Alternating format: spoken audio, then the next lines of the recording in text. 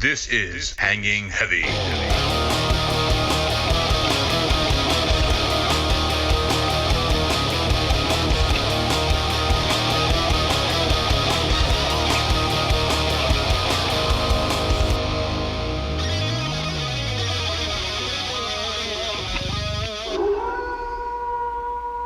What is going on, everybody?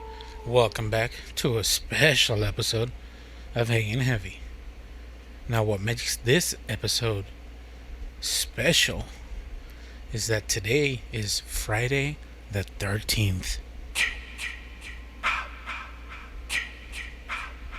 So, I figured I was going to go ahead and record just a short little episode, satiate your appetite, and we're working behind the scenes to change some things around, so be on the lookout for that.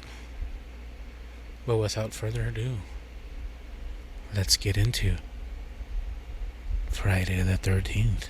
The first story is titled If You Go Down to the Woods, and it's credited simply by someone named Ben H.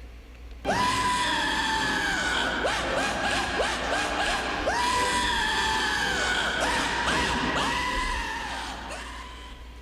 young girl made her way through the thick undergrowth. It was not yet dusk, but the sun would disappear quickly behind the densely packed trees. There is sort of a amplified silence that resonates through woods. All outside noise is cut off so that only the remaining sound is the woods itself.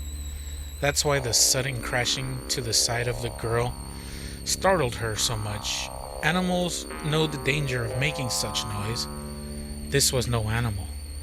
She spun around as a man emerged from the foliage. Surprise flashed across his face, but was almost instantly replaced with a warm smile. "Hello, little lady." The man's hands were dirty. He was carrying a shovel. The girl wondered what he was doing out here. He spoke again. "What's your name? Goldilocks?" The man laughed at this. "Well, I guess that makes me Papa Bear." He smiled widely. "What's a girl as young as you doing out here all by herself?"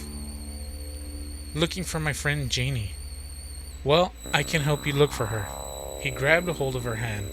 "Where's little Janie likely to be hiding?" The girl looked sad.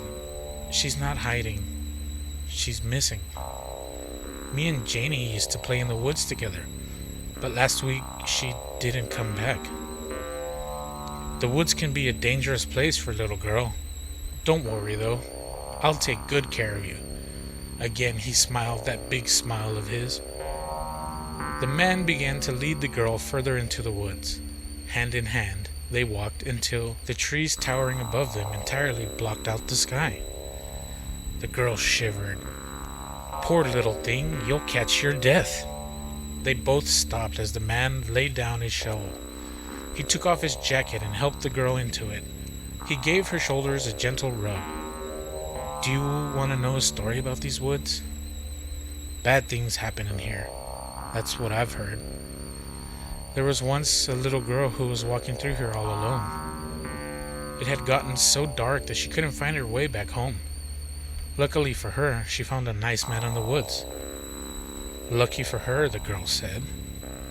"Lucky for both of them. He was able to take her back to his house, his little gingerbread house, all alone in the woods." "That sounds nice," the girl said. "What happens next?" "Well, unfortunately, this girl was naughty. She wasn't grateful to the man for saving her. She ran off back into the woods. That night, the little girl died, all alone in the woods. No one ever saw her again." "How do you know she died if she was never found?" the girl asked. The man leant down, drawing his face close to the girl's. "Someone has to know, don't they?" The young girl smiled as she swung the shovel into the side of the man's head. "Your stories are so good. I think you'll make a great friend for Janie." The girl whistled to herself as she began to dig a hole.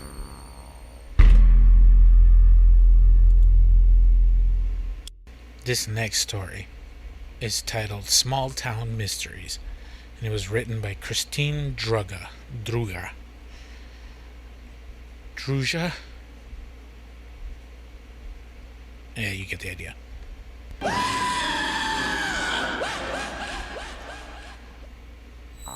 No one knows where it came from. No one knows why it showed up in our little town, of all places. The only thing we knew for sure was that it was bizarre. The statue appeared in the town square about 2 weeks ago. It sits in the middle of a section of grass decorated with a handful of park benches that create a cul-de-sac for the town's mayor's office, police station, and courthouse. At first, everyone thought it was something dropped off by a local artist trying to cause a little stir and make a name for himself. He denied it and didn't cause a fuss when crews loaded it into a truck and took it to the dump. When the statue returned to the exact same spot 2 days later, the people of the town thought maybe it was a prank by someone in the next town over. Two small towns only a few miles apart tend to have some pretty intense high school sports rivalries, and those tend to produce the weirdest and sometimes most elaborate pranks.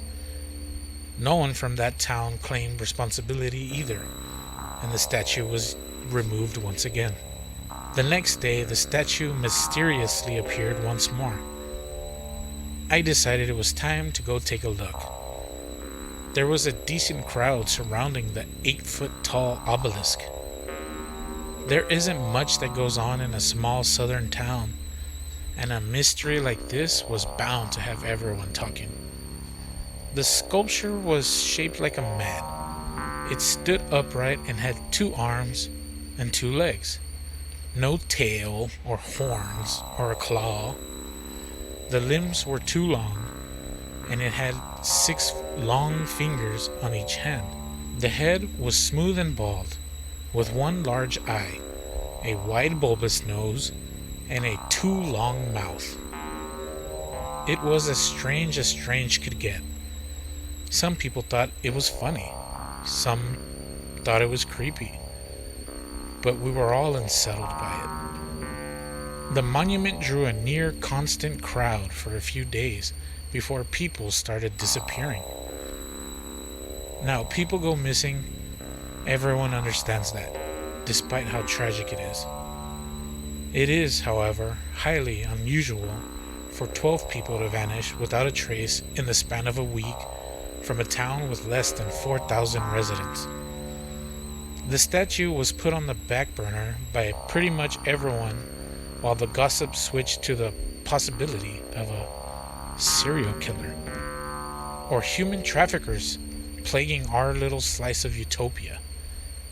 Those that didn't forget the statue thought it may be connected to the missing people, and they were written off as crazies. I think they're right. It's only a theory, and I could be wrong. I could be imagining things. But I swear the statue moved. Not its place on the grass. I think it changed positions. I've been out to see it almost every day, and I swear its mouth was closed tight and its arms straight on its side. I would bet my life savings when the thing first appeared, it didn't hold its head cocked ever so slightly to the left. I don't think anyone else noticed the changes. I don't think people are done disappearing. And I don't think it's a statue.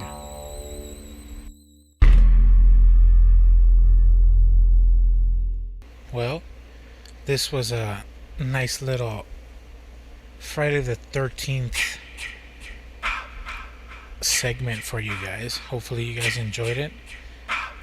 As always, I'm your boy Desecrator. This is Hanging Heavy. As always, much love and rich and rare.